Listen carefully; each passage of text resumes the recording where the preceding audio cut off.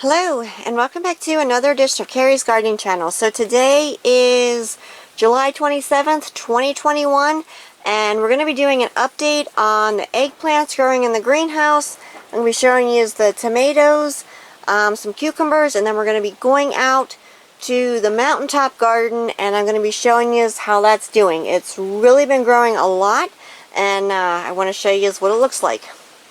So these are my little eggplant seedlings that I had did in the video when I transplanted them from the little square containers. I didn't start them this year in the peat pellets like I normally do.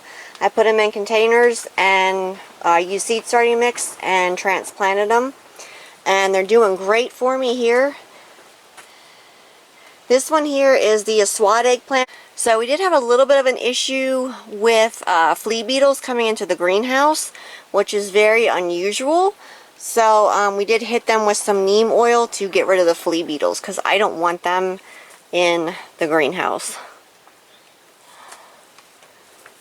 And this one here is the pink tongue eggplant. That was another little seedling. See how much it grew. I have a little eggplant hanging on here. I have another one coming over here. The flower fell off, but I could see that it did start developing the fruit. But pink tongue eggplant is one of my favorite eggplants. Really tender, and it's one I really enjoy growing. The other eggplant is the Aswad eggplant. And then I also have, I believe it's pronounced Matoya. So I'll show you that one then later. You can see my tender green Burpless cucumbers are starting to grow. They will be flowering soon. You can see a bud coming right here where it's going to start flowering soon. And I did want to get these hung up, but I got to figure out how to make sure we can still walk through the greenhouse. So you can see the early treat hybrid tomato does have tomatoes on it. We've been harvesting tomatoes off of it. We had a little bit of an issue where the tomato plant itself started turning a little yellow, so I did go ahead and give it some more food. Being that this one here is in the greenhouse, it gets watered a lot, so the food nutrients wash out of the soil pretty quick. And this one here is that big mystery tomato plant. We're still trying to figure out what it is. It does have tomatoes hanging on it though. There's one right here. So it has another one on it, and they do appear to be getting pretty large, but they're more of a flat kind of tomato, but they're round. So I'm not sure what this one's going to be yet. It's the mystery tomato. It came up on its own and it is just going crazy in the greenhouse. This is our lettuce bin swimming pool, and we've been harvesting lettuce off of this.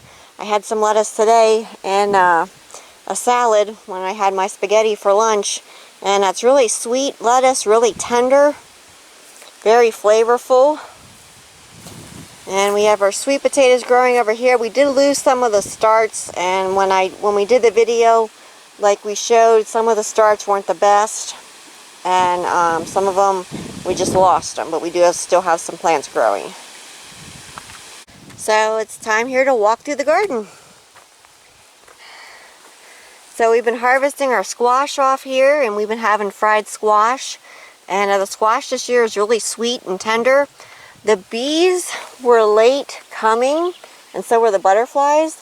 So our crops are kind of later this year on some things. Now, we had a whole lot of rain earlier in the season, and now we had a dry spell. So what happened was everything was so used to all that moisture that now that it's getting drier, it's really starting to show in the leaves because the roots never went down deep in the soil because they didn't have to search for the moisture. So they are kind of wilting some. We have been watering them, and we have been spraying them with neem oil to try and control the squash bugs, because we lost one of our plants for sure. The other one is kind of on its way out, and we try and spray when the pollinators aren't out so that we don't do any harm to them. You can see our cantaloupes back here. And we did a mix of cantaloupes, watermelons, and we also did a cashew melon, which I'm not too familiar with the cashew melon, but you can see here we have little teeny watermelons hanging on here. There's a little one there, and there's a little one just starting up there.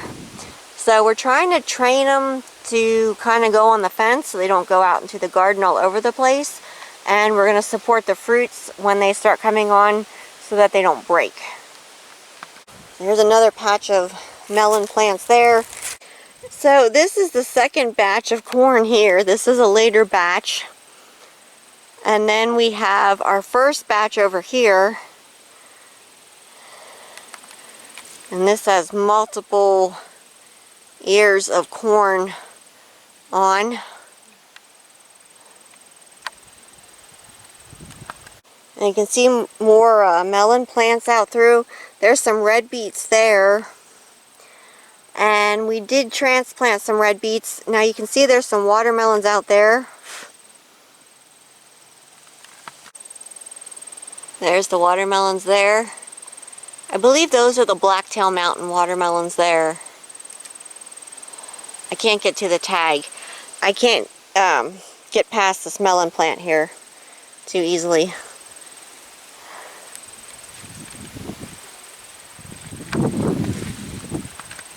And you can see the tomatoes here.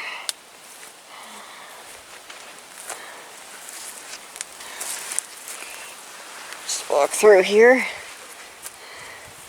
I have tomatoes on one side of me and I have corn on the other side. But the tomatoes did start getting hit by blight. So we've been hitting them with neem oil.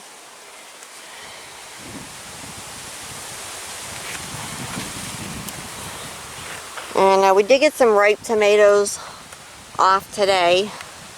But you can see the corn over on this side. The corn's taller than I am.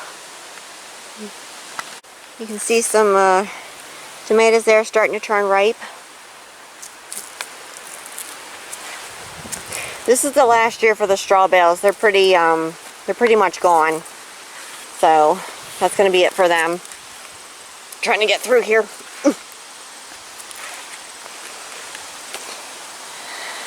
Beautiful ears of corn this is going to be. This is your pollen here. Kind of, oops. They need way more pollen than that, but this is what your pollen, this is your pollen here, and it falls down and it goes on the hairs of the corn here and it pollinates them. And that's how you get your full ears of corn. If you don't get enough pollination, you'll have spotty ears of corn for the kernels. So we harvested the cauliflower, some cauliflower and some broccoli off this morning.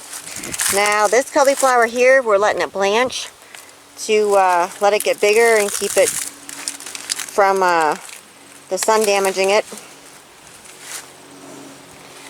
And then we have our broccoli here. We did take some broccoli off, and a really nice big head that was taken off earlier.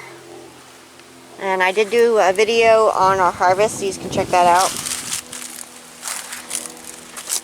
The broccoli is the Smart Snack hybrid broccoli.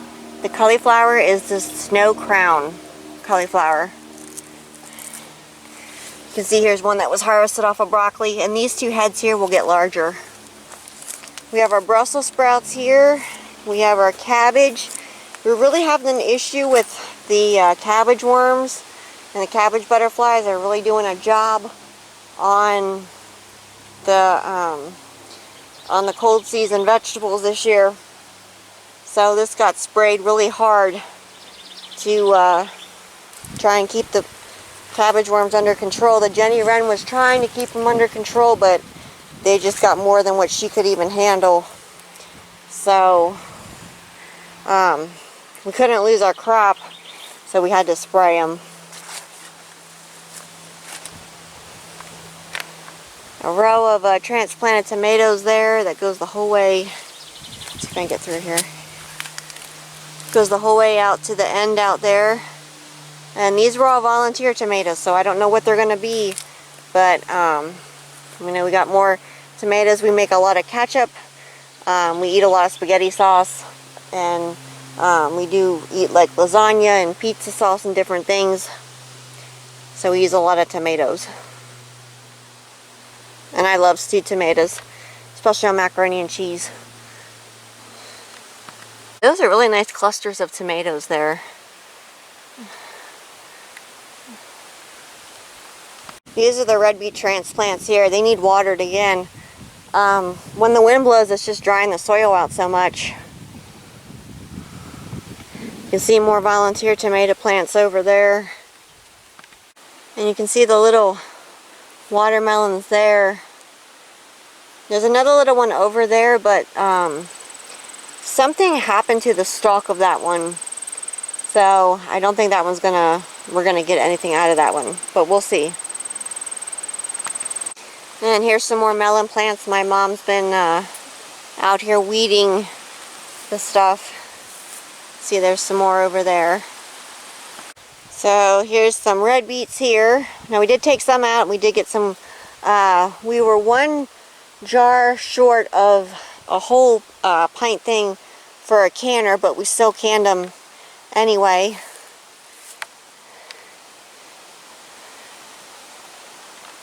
You can see some of these, some pretty nice ones.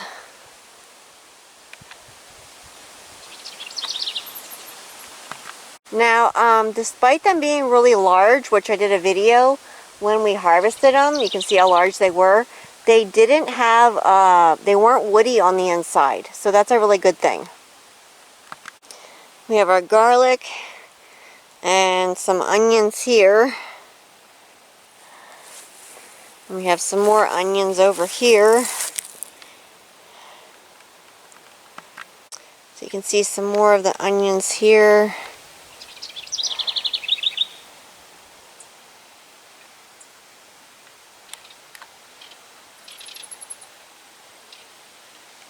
See little Jenny run up there. She's talking. I made her mad because I was in the garden. I got close to the bird box.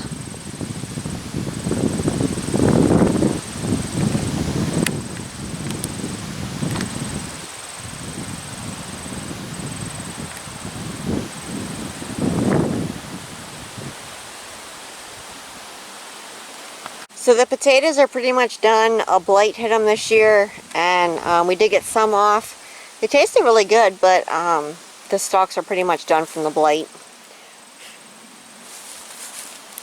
And we've been harvesting carrots out. Really nice, large, sweet carrots.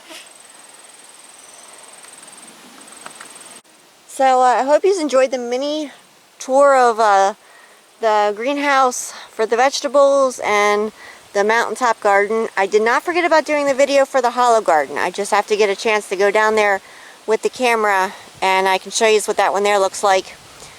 So if you like my video, please like, comment, subscribe. Please don't forget to hit the little notification button. That times I put a new video on. You can also follow me on Twitter. I have a link down in the description for my Twitter account. Thank yous for watching, and I hope you have a nice day. Bye!